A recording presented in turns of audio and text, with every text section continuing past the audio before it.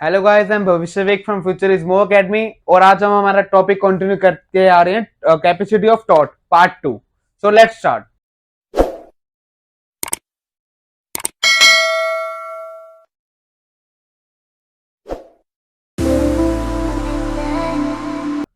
सो हम अपना वीडियो को कंटिन्यू करते रहे। एक सेकंड पार्ट है हमारा हमारा टॉट का कैपेसिटी का। तो सबसे पहले अब हमारा टॉपिक आता है माइनर और इन्फेंट। माइनर और इन्फेंट से हमारे यहाँ पे मतलब क्या होगा कि मतलब हम एक माइनर या एक इन्फेंट के ऊपर भी केस फाइल कर सकते हैं, या एक इन्फेंट या एक माइनर हमारे ऊपर केस फाइल कर सकता है। चलिए जानते हैं। द टर्म माइनर वो derive from the Dolly in capex. जो हमारी टर्म माइनर है वो डॉली इन कैपेक्स से डिराइव्ड हुई है। तो हम देखते हैं कैपेसिटी टू सू, मतलब कि माइनर की कैपेसिटी होती है हमें सू करने की।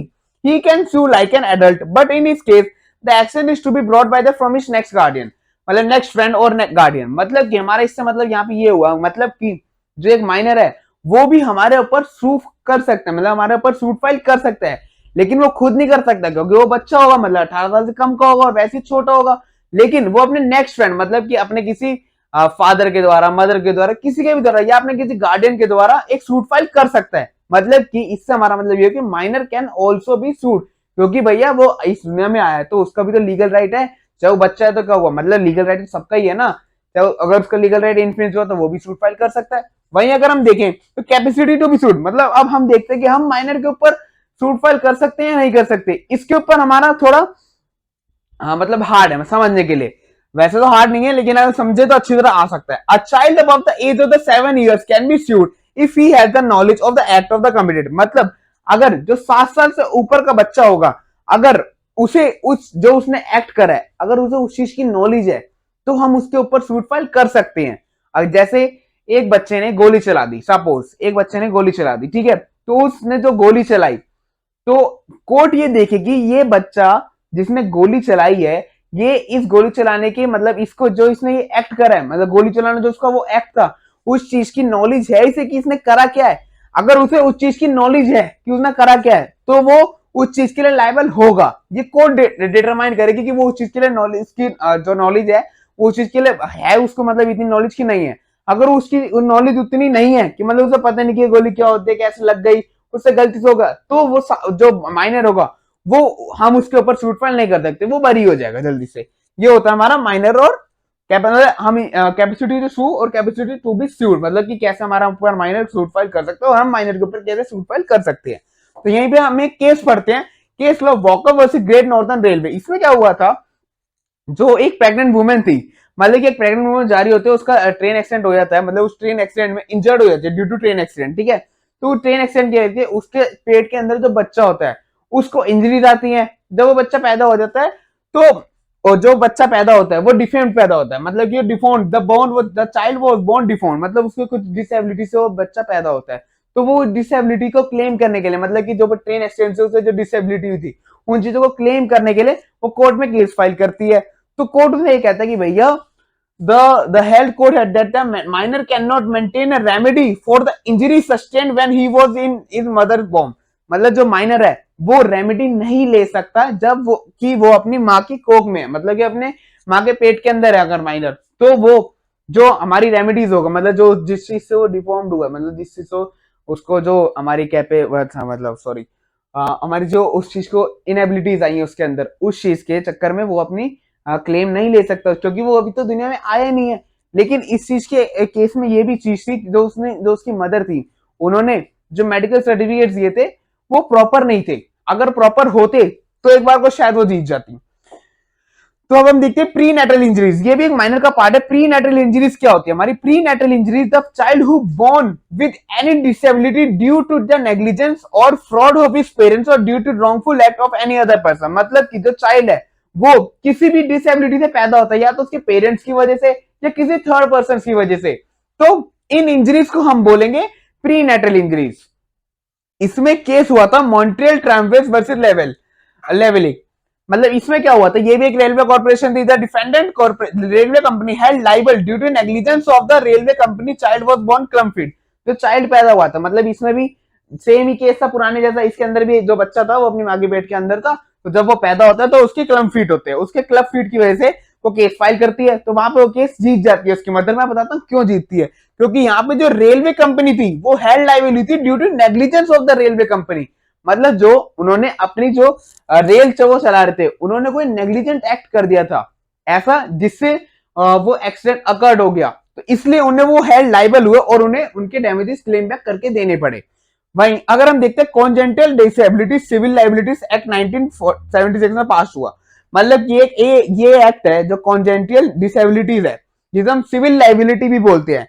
ये एक्ट 1976 में पास हुआ था। इस एक्ट में क्या था, मतलब कि जैसे जो बच्चा पैदा नहीं भी हुआ हो, उसके भी राइट बनते हैं डैमेजेस लेने के।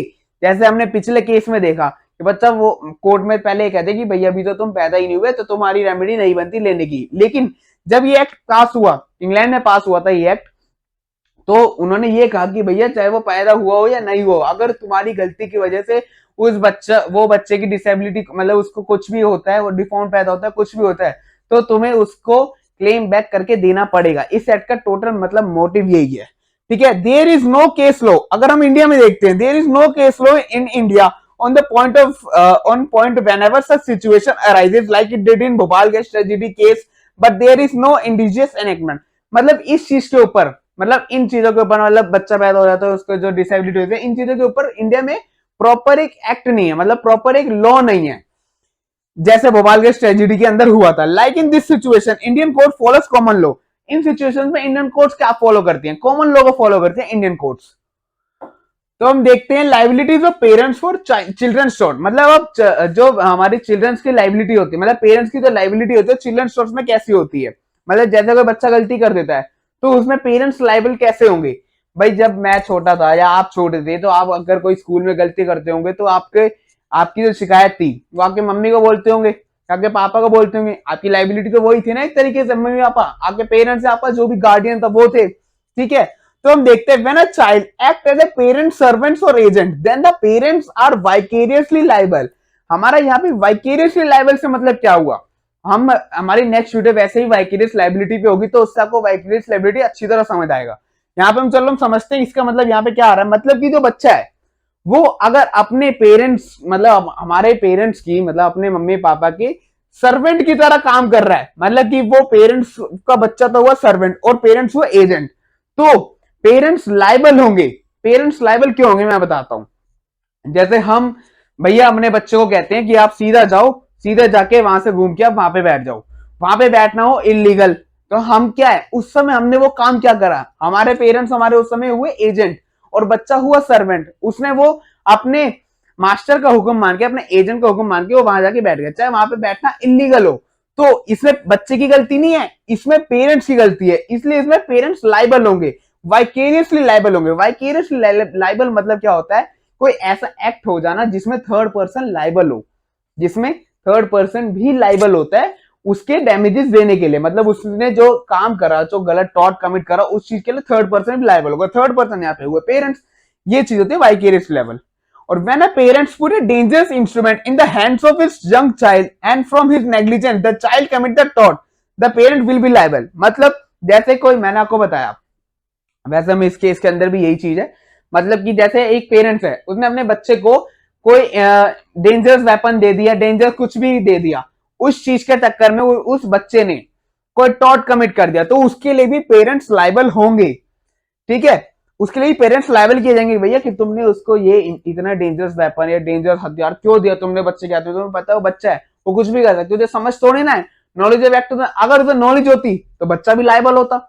ठीक है, तो ऐसा ही केस हुआ था बेबी वर्सेस सेल्स का। इसमें क्या था, सेल्स था, वो अपने बच्चे को, the father supplied air gun to his son, मतलब उसने अपने बच्चे को एक एयर गन दे दी थी, और उस एयर गन से उस बच्चे ने, वो एजिड 15 साल, मतलब 15 साल का बच्चा था, तो उसने उस एयर गन से प्लेंटिफ को मार दिया, तो उससे प्लेंटिफ को चोट लग गई। प्लेंटिफ ने उस इंजरीज को फाइल करने के लिए केस फाइल करा, सूट फाइल करा। तो सूट को क्लेम करने के लिए भैया उसमें तो उसने कहा कि बच्चा है भैया, इन्हें समझ नहीं थी, ये वो एक्सेट्रा एक्सेट्रा। तो कोर्ट ने उसे ये कहा कि भाई चाहे वो बच्चा है, उसकी तुम्हारे पास पहले से कंप्लेंट आ रही थी, the complaint of mischief caused by the use of the gun, he the gun to remain with a boy who threat thereafter accidentally wounded plaintiff, the father was held liable. मतलब कि ये क्या हुआ था, मतलब उसके पास जो उसका फादर था, उसके पास उस बच्चे की पहले भी कंप्लेन आ रही थी कि भैया तुम्हारा बच्चा गन लेके चल रहा है, तुम इससे गन वापस ले लो। उसने नहीं सुनी, उसने नेग्लिजेंट कर दी, छोड़ दिया जाए, ले लेंगे चलो कर लेंगे। लेकिन उसके बाद कुछ ही टाइम बाद उसने प्लेंटिफ को मार दिया, तो उस चक्कर में प्लेंटिफ ने केस फाइल करा। तो इसलिए प्लेंटिफ ने अपने डैमेजेस लेने के लिए फाइल करा इनके ऊपर केस, सेल्स के ऊपर। तो सेल्स से कहता भाई बच्चा छोड़ दो, लेकिन नहीं, फिर तो उसके ऊपर ये बाद में डिसीजन ये आता है कि मतलब उन्हें ये चीज की लाइबिलिटी, मतलब उस चीज का डैमेज उन्हें देना पड़ेगा। और इसमें उसका फादर लाइबल हुआ है कि क्योंकि उसने भैया इतने डेंजरस वेपन बच्चे के हाथ में क्यों दिया, इसलिए इसके अंदर ये होती है हमारी पेरेंट्स की लाइबिलिटी माइनर के अंदर। अब हम देखते हैं, अब हमारा नेक्स्ट टॉपिक है independent and joint tortfeasor. Independent and joint tortfeasor से हमारा यहाँ पे मतलब क्या आ रहा है, मतलब कि ऐसे कुछ टॉर्ट कर देना जो या तो इंडिपेंडेंटली किए गए हो या जॉइंट टॉर्ट फीजर के द्वारा किए गए हो। तो सबसे पहले हम पढ़ेंगे independent tortfeasor. When two or more person act independently but concur to produce a single damage is known as independent tortfeasor। मतलब कि दो बंदे कोई एक सेम एक्ट करते हैं लेकिन वो अलग अलग होते हैं, जैसे हम एग्जांपल से समझते हैं ऐसे, तो वो इंडिपेंडेंट tortfeasor होंगे। For example, two motorist driving negligently and coming from the opposite direction collide and a pedestrian crush between the two cars। These motorists are independent tortfeasor। मतलब कि भाई दो गाड़ी वाले आ रहे थे, एक इधर से आ रहा था और एक इधर से आ रहा था, ठीक है, दोनों टकरा जाते हैं और उसके ऊपर से जो पेडिस्ट्रियन पे जो एक प्लेंटिफ चल रहा था वो गाड़ी के बीच में आया था और उसे चोट लग जाती है। तो उन दोनों का एक्ट एक था लेकिन वो इंडिपेंडेंटली कर रहे थे, अपना जो टॉर्ट था वो इंडिपेंडेंटली कर रहे थे। उनका क्राइम एक ही हुआ है, क्राइम उनका ये है कि उन्होंने एक ही बंदे को ठोका, मोटिव उनका एक ही था। मतलब मोटिव मतलब कि हमारा यहाँ पे उनका जो हमारा टॉर्ट था वो एक ही था, लेकिन उससे निकले कितने tortfeasor, दो निकले, तो इसलिए इन्हें इंडिपेंडेंट tortfeasor बोला गया। ये होता है हमारा इंडिपेंडेंट tortfeasor। और जॉइंट tortfeasor से हमारा मतलब क्या होगा, मतलब जैसे हमने तो उसमें पढ़ा भी अलग अलग थी, इसमें क्या थी, दोनों जने साथ होंगे, दो होंगे, दो से चार होंगे, कितने भी हो सकते हैं, लेकिन मिनिमम दो होने चाहिए तभी तो जॉइंट होगा, वरना सिंगल होगा अगर अकेला होगा तो। when two or more people commit a tort in furtherance of a common intention they are known as joint tortfeasor। मतलब कि दो और दो से ज्यादा जने जब कोई ऐसा एक्ट करते हैं तो उसे हम बोलेंगे joint tortfeasor। For example, A and B enter Z premises to search for an escape of a gas cylinder। मतलब कि जो A है और एक B है, वो एक गैस सिलेंडर चुराने जाते हैं Z के घर में। तो वहां पे जब Z के घर में Z सिलेंडर चुराने जाते हैं साथ में, तो जब वो साथ में चुरा के ला रहे होते हैं, वैसे एक केस भी है इसका एक, जब वो साथ में चुरा के ला रहे होते हैं तो वहां पे वो मैस्टिक जलाते हैं। तो मैस्टिक जलाने की वजह से जो गैस सिलेंडर होता है वो लीक हो रहा होता है, पहले ही वो लीक होने की वजह से वो ब्लास्ट हो जाता है। वहां पे जेड अपने डैमेजेस क्लेम करने के लिए और बी के ऊपर फाइल करता है। तो बी भाई ये कहता है कि भाई खाली बी जला रहा था, मैं तो गैस सिलेंडर खाली चोरी करना था, बी ने मैस्टिक जलाई कि हम और कुछ भी चोरी करेंगे। लेकिन तो कोर्ट ने कहा कि भाई तुम दोनों साथ में तो गए थे, तो खाली बी ने करा और राजी तुमने वहां पे तुमने हाँ करी हो ना करी हो, तुम वहां स्पॉट पे पहुंच गए साथ में, तो तुम दोनों लायबल हो गए उस चीज के लिए। ये होता है हमारा जॉइंट tortfeasor। तो हम आगे बढ़ते हैं, हम इसको कंटिन्यू करते हुए कॉम्पोसाइट tortfeasor। मतलब इंडिया में हम देखते हैं कि इन्हें क्या बोलते हैं, इंडिया में इन्हें हम बोलते हैं composite tortfeasor। In India when two or more person are responsible for a common damage they are termed as composite tortfeasor। मतलब कि जैसे कोई, यही समझ ही आ रहा है साफ साफ, जब दो और दो से ज्यादा बंदे रिस्पॉन्सिबल होते हैं कॉमन डैमेज के लिए तो उन्हें हम कॉम्पोसाइट tortfeasor बोलते हैं सिंपल वे में। Joint and several liabilities. So हम बढ़ते हैं जॉइंट और सेवरल लाइबिलिटीज के बारे में। तो सबसे पहले हमारा है जॉइंट सेवरल लाइबिलिटीज, उसके बाद several liabilities and third joint and several liabilities. तो जॉइंट एंड सेवरल लाइबिलिटीज से हमारा मतलब टॉपिक से हमें समझ आ रहा है, मतलब ऐसी लाइबिलिटी जो जॉइंटली हो, मतलब कि both liable up to full amount of relevant obligations only one should file.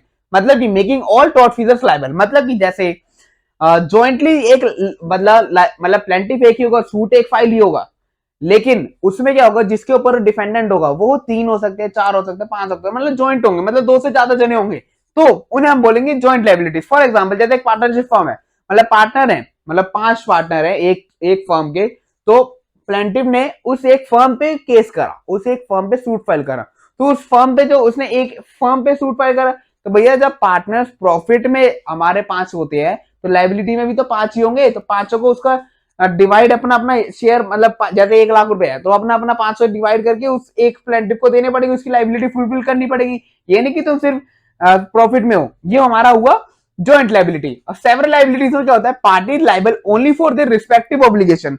मतलब यहाँ पे है हमारा रेलेवेंट ऑब्लिगेशन और यहाँ पे हमारा रिस्पेक्टिव ऑब्लिगेशन। रिस्पेक्टिव ऑब्लिगेशन हमारा मतलब यहाँ पे क्या हुआ, जैसे भाई 5 बैंक है, 5 बैंक का 5 कॉन्ट्रैक्टर से डील हुई कि हम आपको लोन देंगे, कॉन्ट्रैक्ट हो गया 5 बैंकों का।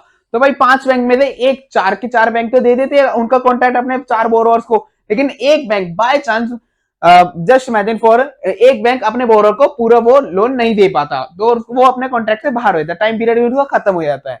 तो इसमें भाई उन 4 बैंक की क्या गलती, वो 4 बैंक तो थोड़ा ना लाइबिलिटी पे करेंगे उस 5वें बोरोअर को, वो सिर्फ उसमें सिर्फ वो एक बैंक ही लाइबल होगा, वो A1 बैंक की लाइबल होगा जो उसने अपने बोरोअर्स को, जिसने पैसे नहीं दिए थे वो अपने बोरर को सिर्फ एक बैंक की लाइबल हो और उसका जो भी डैमेज होगा वो अपने बोरर को देगा। ये होता है हमारा सेवरल लाइबिलिटी। और जॉइंट एंड सेवरल लाइबिलिटीज में हमारा क्या होता है, the parties are jointly liable but parties between themselves are severably liable.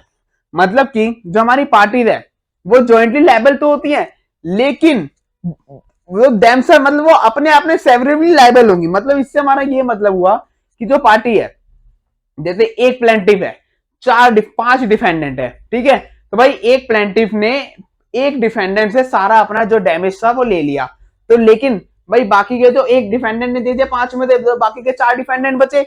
बाकी भाई यहाँ पे देखो, यहाँ पे एक है, ठीक है, यहाँ पे 5 है, ठीक है, 5 में से उसने एक से ले लिया, बाकी के जो 3 बचे वो तो बच गए ना, उन 3 का इसका तो पूरा हो गया डैमेज हमारा, मतलब प्लेंटिफ का जो डैमेज था पूरा हो गया, ठीक है।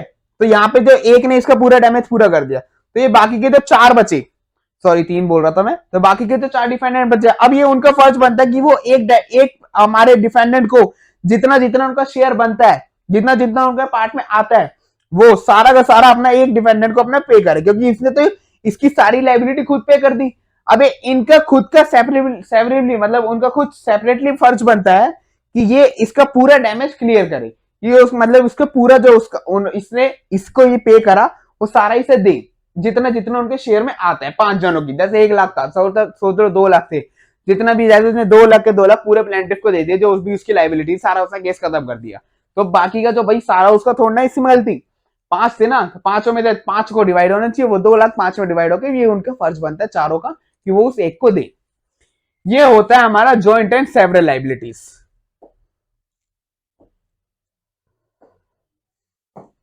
तो अब हमारा टॉपिक है हस्बैंड एंड वाइफ। तो हस्बैंड एंड वाइफ के ऊपर हम जानते हैं हमारा क्या होता है, मतलब पहले अगर हम इससे पहले हम टॉपिक पढ़ने से पहले हम इसके बारे में बेसिक जान लेते क्या होता है। मतलब पहले जो था, मतलब बिफोर अर्लियर टाइम्स, मतलब जो हस्बैंड और वाइफ था उन्हें पहले सेम इक्विटी मानते थे, मतलब कि वो दोनों एक दूसरे के ऊपर केस फाइल कर ही नहीं सकते थे। मतलब कि जैसे कोई वाइफ ने टॉर्ट करा या कोई हस्बैंड ने टॉर्ट करा, तो वो दोनों एक दूसरे के खिलाफ भी, चाहे उन्होंने टॉर्ट करा तो वो एक दूसरे के खिलाफ कोई सूट फाइल कर ही नहीं सकते थे।